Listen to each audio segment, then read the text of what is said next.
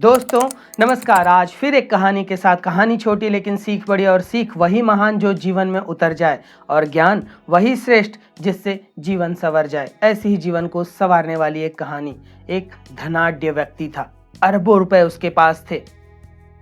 किसी कारण से उसे अब बहुत सारे रुपयों की जरूरत आन पड़ी। ऐसे तो वह बहुत धर्म कर्म के काम किया करता था। उसने कई मंदिरें बनवा दी थी, कई पुजारियों को वहां बैठा दिया था।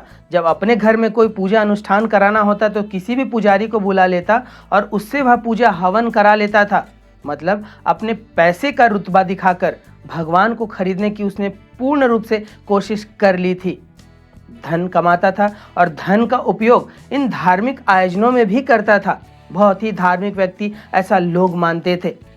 अब उसे करोड़ों रुपए की जरूरत पड़ी। उतने रुपए उसके पास थे नहीं।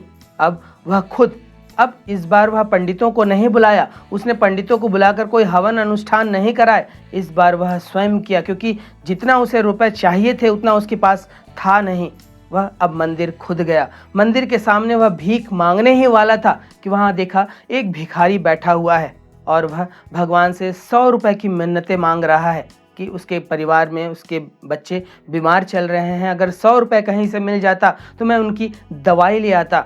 अब धनाढ्य व्यक्ति उस भिखारी को देखकर बहुत रोष में आता है कि सुबह सुबह यह भिखारी यहाँ मेरा दिमाग खराब करने आ चुका है और साथ में भगवान का दिमाग खराब करने आ चुका है। इसे मैं 100 रुपए देकर यहाँ से जल्दी से भगाता हूँ। और वह अपने जेब से 100 रुपए निकालता है और उस भिखारी को देता है। अब भिखारी 100 रुपए पाकर भगवान को बहुत धन्यवाद देता है कि प्रभु तूने मेरी इतनी जल्दी सुन ली, 100 रुपए मुझे मिल गए, अब इससे मेरे बच्चों का इलाज हो जाएगा। और वह भगवान को धन्यवाद देते हुए वहां से चला जाता है। अब यह धनाढ्य व्यक्ति प्रभु के सामने आता है। अब प्रभु के सामने आकर करोड़ों रुपए की भीख मांगता है। अब भगवान कहते हैं कि उस भिखारी को तो जरूरत जो थी मैंने तेरे माध्यम से पूर्ण करा दी, लेकिन अब तेरी मांग को पूरा करने के लिए, अब तेरी मांग तो करोड़ों की है, अब मुझे तुझसे बड़ा कोई भिखारी का इंतजार करना पड़ेगा या उसकी व्यवस्था करनी पड़ेगी। तब यह धनाढ्य व्यक्ति कहता है कि यह क्या प्रभु, आप मुझे ताना मार रहे हैं। तब प्रभु कहते हैं कि सच तो है, तू मुझसे कभी मिलने नहीं आया, आया भी तो कुछ मांगने आया, या अनिष्ट के भय से दूर रहने के लिए मेरे पास आया। जब भी आया तू मेरे पास मांगने ही आया, चाहे वह धन हो, चाहे वह किसी अनिष्ट से दूर रहने का हो। कभी तू मुझसे मिलने नहीं आया। और अगर तू मेरे पास मिलने आता, वास्तव में तुझे मेरे से प्रेम होता, तो तेरे जीवन में कभी संकट ही नहीं आता। अब यह सुनकर धनाढ्य व्यक्ति प्रभु के चरणों में गिर जाता है और वहां पर माफी मांगता है कि प्रभु यह वास्तविकता है, मैंने धन का उपयोग भी तो आपको खरीदने के लिए किया। मैंने बड़े बड़े पुजारियों को रखे, उन्हें मैं सैलरी देता था, उनसे पूजा पाठ कराता था और सोचता था कि मैंने पूजा पाठ कर लिया, मैंने धार्मिकता अपने ऊपर ओढ़ ली। लेकिन प्रभु मैं आज गलत साबित हुआ। मुझे मालूम है जिस प्रकार यह भिखारी आपके सामने भीख मांगने आया है, उसी प्रकार मैं भी भीख मांगने आया हूँ। फर्क केवल 100 रुपए का और करोड़ों रुपए का है। और वह प्रभु से माफ़ी मांगकर वहाँ से वापस जाता है और प्रभु की सच्ची सेवा में, प्रभु के सच्चे प्रेम में अपने आप को समर्पित कर उस धन का सदुपयोग करना चालू कर देता है। दोस्तों छोटी सी ये कहानी है, यह हमें सिखाती है कि हमें भगवान का उपयोग किस प्रकार करना है। दरअसल भगवान का उपयोग ही नहीं करना है। भगवान तो धन्यवाद देने की चीज़ है, लेकिन हम में से अधिकांश लोग भगवान के पास मांगने के लिए जाते हैं। यह दे दो, वह दे दो, 20 रुपए का, 30 रुपए का, 40 रुपए का नारियल चढ़ाकर मन्नतों में उसे रख कर सोचते हैं कि भगवान प्रसन्न हो जाएंगे और हमारी मन्नतें पूरी हो जाएंगी।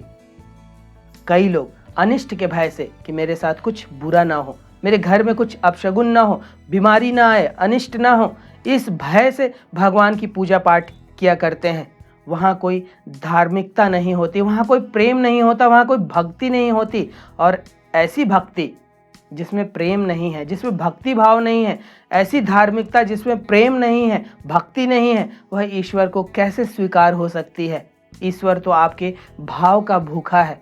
वह 1 रुपए से भी उतना प्रसन्न होता है जितना 1 करोड़ रुपए से। उसके लिए इसका कोई मूल्य नहीं है। वह आपकी नीयत को देखना चाहता है, क्या वास्तव में आपको उससे प्रेम है या नहीं है। इसका आप अगर उदाहरण लेना चाहें तो अपने संतानों से ले सकते हैं। आपके संतान अगर सही मार्ग पर चलें, उससे बड़ी आपके लिए क्या खुशी हो सकती है।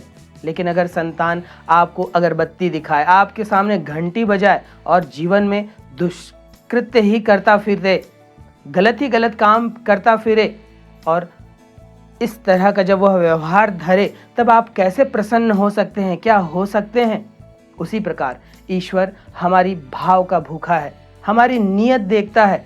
और वास्तव में हम मंदिर चले जाएं, मस्जिद चले जाएं, चर्च चले जाएं, बहुत कम लोग, कुछ लोग होते हैं जिन्हें ईश्वर से प्रेम होता है, लेकिन अधिकांश लोग इन्हीं सब कारणों से ईश्वर के पास जाते हैं। जैसे ईश्वर ने कोई दुकान खोल रखी हो और आप उसे नारियल से या पैसों से या किसी भेंट से या किसी मन्नत से खरीद लेंगे, ऐसा बिल्कुल भी नहीं होने वाला है। बहुत सारे लोग बहुत पूजा पाठ करते हैं, लेकिन उनके जीवन में वह पूजा पाठ अवतरित होता हुआ नहीं दिखता है। वह धार्मिकता, वह आध्यात्मिकता उनके मुखाग्र में, उनके जीवन चरित्र में दिखाई नहीं देती है। फिर ऐसे पूजा पाठ का, ऐसी धार्मिकता का करना क्या है। और बहुत सारे ऐसे लोग होते हैं जो पूजा पाठ नहीं करते हैं, धार्मिकता का लबादा नहीं ओढ़ते हैं, लेकिन उनके कृत्य वह सुवास से भरे होते हैं। वह ऐसे कृत्य करते हैं, ऐसे वचन बोलते हैं कि साक्षात ईश्वर के रूप में, सद्गुरु के रूप में वे दिखाई देते हैं। तब हमें यहाँ समझना होगा कि ईश्वर आपके लंबी लंबी पूजा पाठ से प्रसन्न नहीं होने वाला है। वह आपकी नीयत देखता है, वह आपका चरित्र देखता है और आप क्या कर रहे हैं वह देखता है। अगर इस बात को हम समझ लें, तब हर कोई व्यक्ति शुद्ध चरित्र का होता चला जाएगा और इस समाज में जो गलत कार्य हैं, गलत अपराध हो रहे हैं, बहुत दुष्कृत्य हो रहे हैं, वह सब दूर होते चले जाएंगे। तो क्यों ना हम एक प्रण लें कि हम ईश्वर वंदना करें, हम ईश्वर की पूजा पाठ करें, लेकिन उस पूजा पाठ के मूल उद्देश्य को कि ईश्वर से हमें प्रेम है, और जब हमें किसी से प्रेम है तब हम गलत काम कर ही नहीं सकते। चाहे वह ईश्वर हो, चाहे वह कोई प्रेमी हो, चाहे कोई प्रेमिका हो, पति हो, पत्नी हो, अगर वास्तविक प्रेम में हम हैं तो हमसे अवांछनित कार्य कैसे हो सकते हैं, हो ही नहीं सकते। वह प्रेम, वह भक्ति ईश्वर तुल्य उस व्यक्ति को बना देता है और इतनी कट्टरता आती है कि उस व्यक्ति से गलत काम, गलत वचन मुख से नहीं निकल सकते, या उसके जीवन में गलत काम नहीं हो सकता, बेहोशी में भी नहीं। तो क्यों ना इसी प्रण को आज हम लेकर एक ऐसा व्यक्ति बने जो ईश्वर का सच्चा भक्त है, जो ईश्वर का सच्चा प्रेमी है। फिर देखिए यह जिंदगी कैसे बदलती है।